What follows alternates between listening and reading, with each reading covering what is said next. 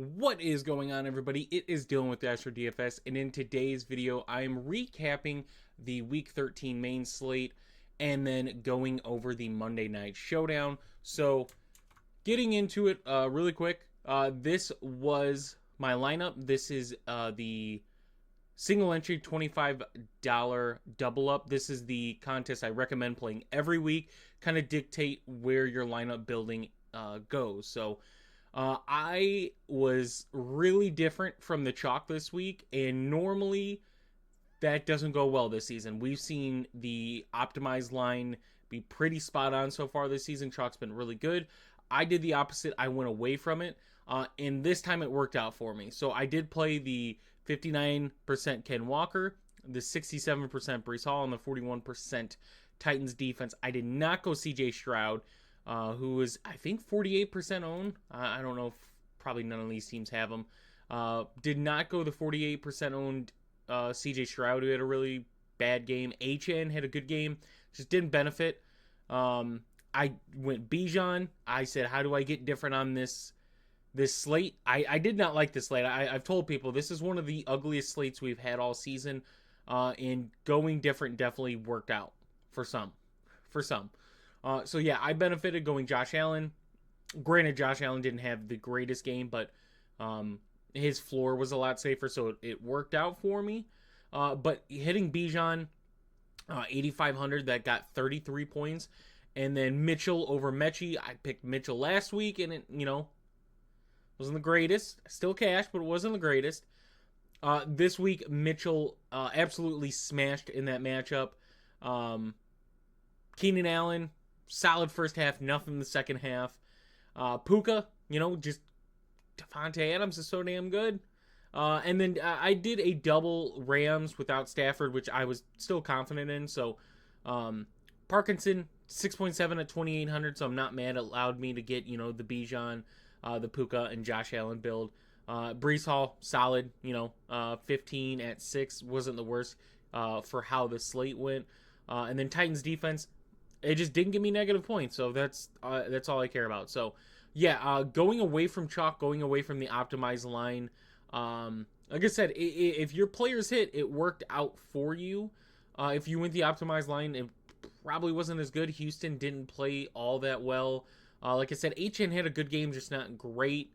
And then there was just some other pieces kind of thrown in there. So, yeah, a good day for me, right? I finished in the pretty damn good 1,200 paid positions. I finished 136, so really good. I think it was like 28-ish points above where cash was. So now let's get into why you guys are here. The Monday Night Showdown.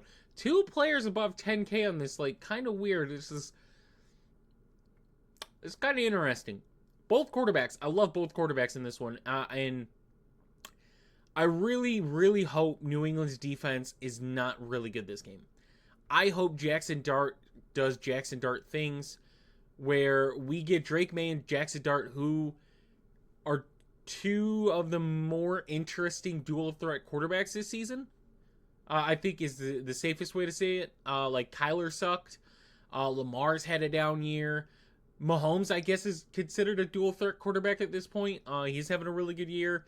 But you're not seeing a lot. Jaden Daniels has been hurt and just not playing well when he has. So, a lot of these mobile quarterbacks haven't played the best this season.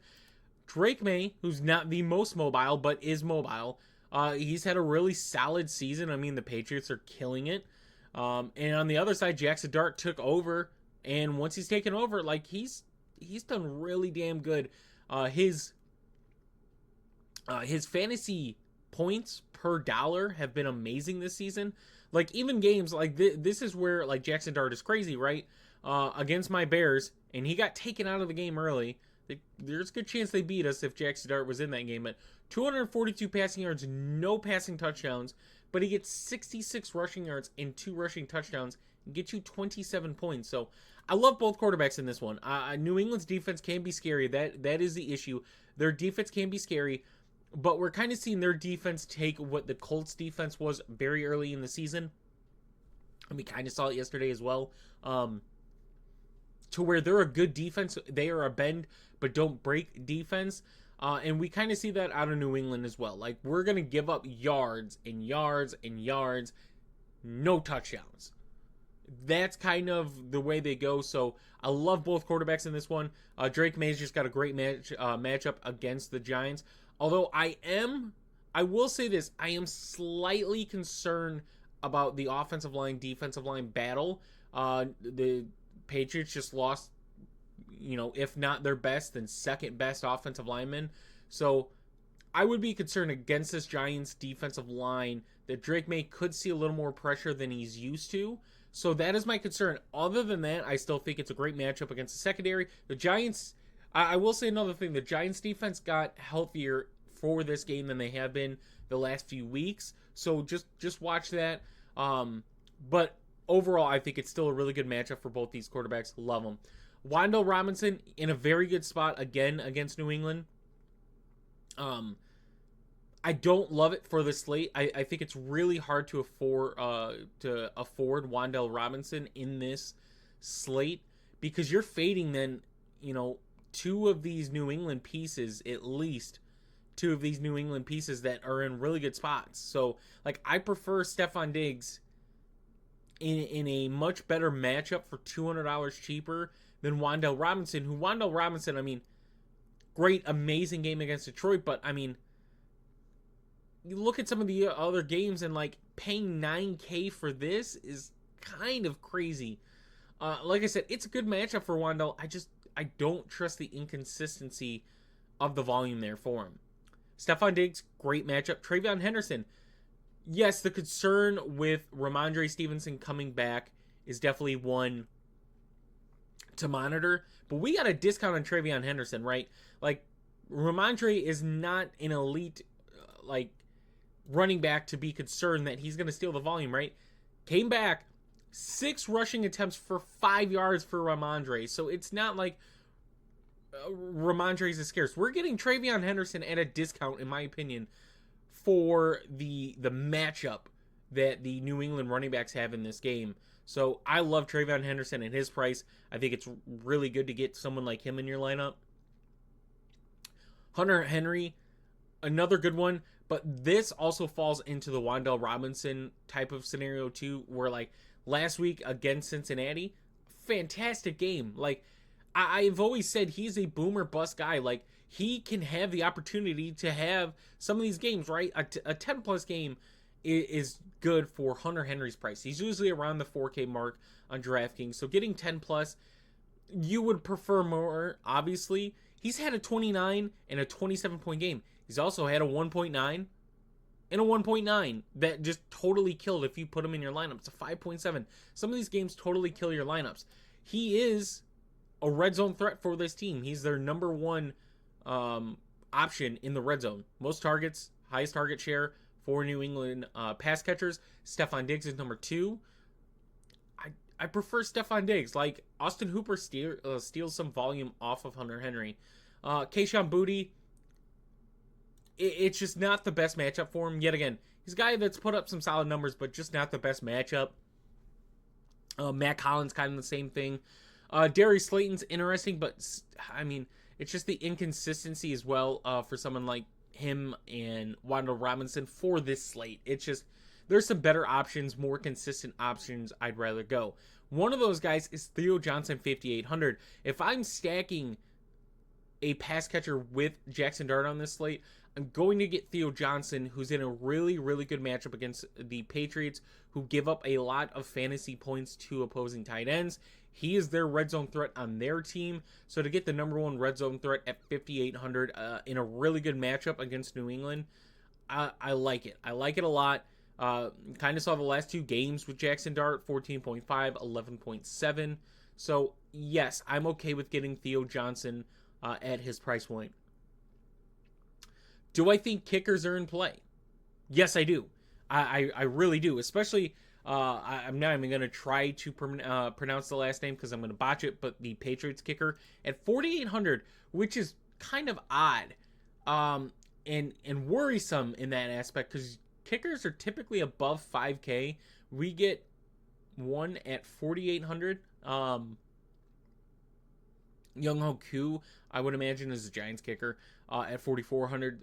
But the Patriots kicker, where New England should have no problem moving the ball down the field. It's just they have at times issues getting in the red zone. So I like New England's kicker a lot. I think it's very easy to get him in your lineups. He's a value piece that I really like. Demario Douglas. Here's the thing. I like Demario Douglas at 4K. I think he has the potential. He's a deep ball threat for this team. It is very clear he's a deep ball threat for this team. Where's his snaps? How many snaps is he going to get? That is the issue with Demario Douglas. So I think Demario Douglas is a solid piece at 4K to build off of as well. If you're paying up for, Drake May, Jackson Dart, and let's say Stephon Diggs or Treveyon Henderson, if you're paying up for this, you're paying down quite a bit for some other pieces. So Demario Douglas is one I like. Hodgkins, I like.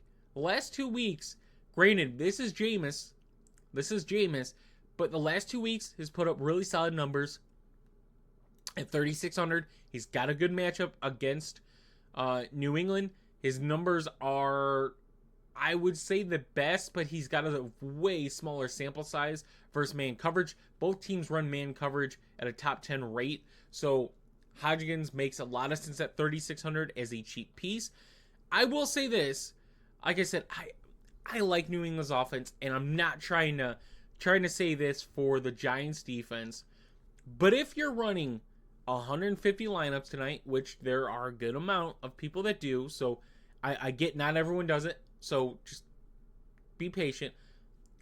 With the injuries in how New England's offensive line is, kind of that mobileness that we see out of Drake May at times, I kind of like the Giants defense to get a few sacks in this game at 3,200 on a showdown slate. Like,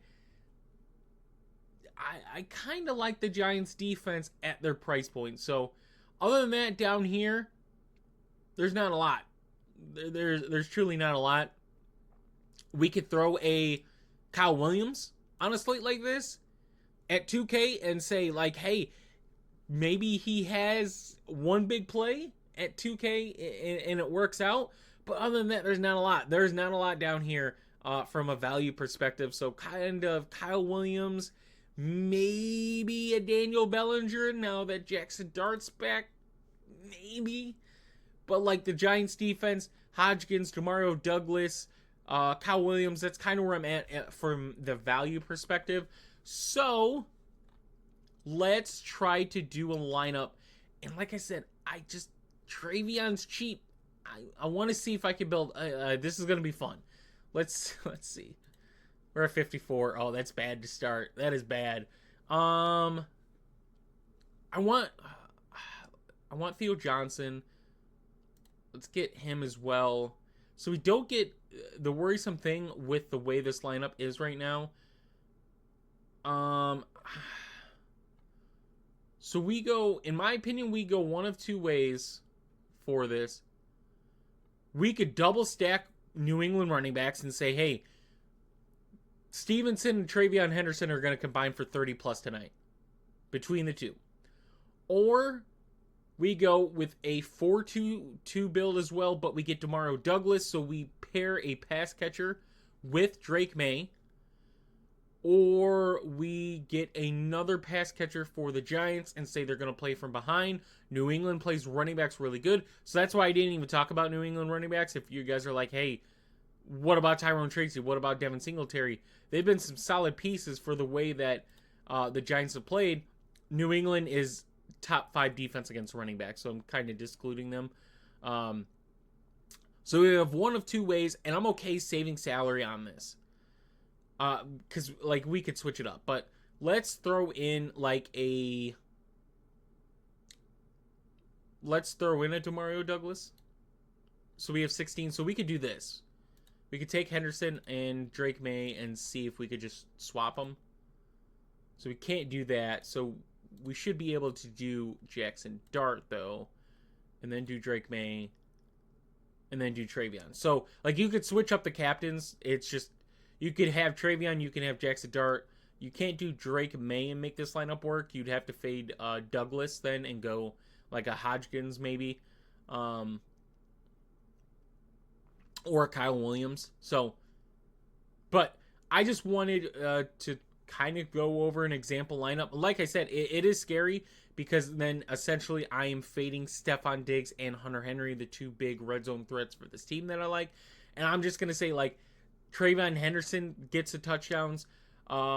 New England kicks a few field goals, 3 field goals, hopefully. And Jamario Douglas gets a big play, like a 40-yard touchdown, and that's the only thing he does. So, granted, just an example lineup, but I hope you guys did enjoy. I will say this, thank you guys. It had probably one of my best weeks I've had for week 13. I don't know if that's just because of the holiday and everyone was more available, or if you guys are just starting to join the channel and you enjoy the content. But regardless of what it is, I truly do appreciate all the support, appreciate everyone that's coming to the channel, and sending the positivity to me. It means a lot that you guys are actually enjoying the content. This was my goal, and I've really tried to hone in this DFS season and try to get as much content and get you examples of what's going through my head when I'm doing my lineup building to try to help you guys out. So yet again, thank you guys. Hope you enjoy it, and I will see you guys in the next one.